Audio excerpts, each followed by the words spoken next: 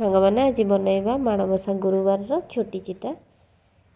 କମ୍ ସମୟରେ ଭଲ ଡିଜାଇନର ଝୋଟି ଚିତା ପକାଇବା।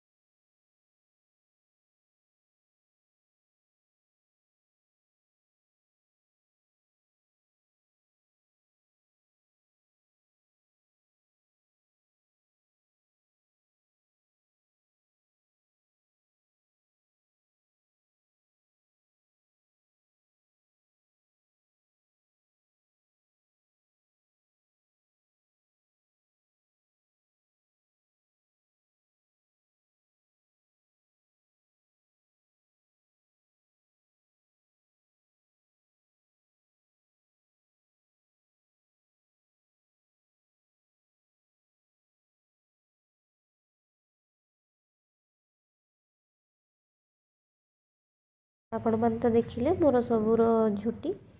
ଆପଣମାନଙ୍କୁ କେମିତି ଲାଗିଲା ମୋତେ କମେଣ୍ଟ ମାଧ୍ୟମରେ ଜଣାଇବେ। ଯଦି ଭଲ ଲାଗିଲା ଆପଣମାନେ ବି ଟ୍ରାଏ କରିବେ ଏହିଭଳି ଭାବରେ ପକାଇବା ପାଇଁ।